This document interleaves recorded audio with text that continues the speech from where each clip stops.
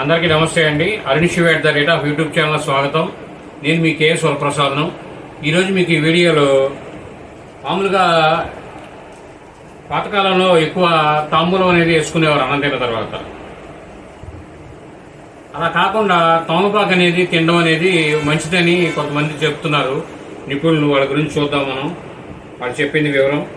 రాత్రి భోజనం చేశాక ఒక తమలపాకు నమిలితే జీర్ణ వ్యవస్థ ఆరోగ్యంగా ఉంటుందని ఆయుర్వేదిక వైద్యులు చెబుతున్నారు.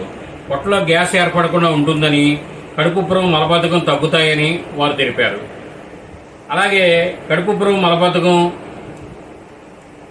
పాటు నోట్లోని బ్యాక్టీరియా నశించి నోటి దుర్వాసన కూడా తగ్గుతుందని వారు తెలియజేశారు.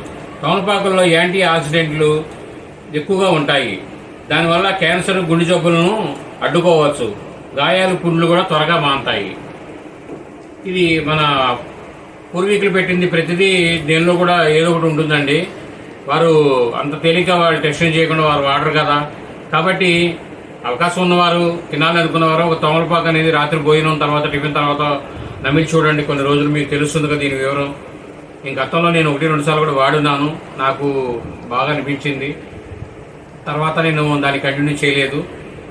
చూద్దాం, ప్రయత్నం చేసి. ఈ వీడియో పూర్తిగా చూసిన ధన్యవాదాలు. మేము మరిన్ని వీడియోలు చేయడం కోసం లైక్ చేయండి, షేర్ చేయండి, తప్పకుండా సబ్స్క్రైబ్ చేసుకోండి.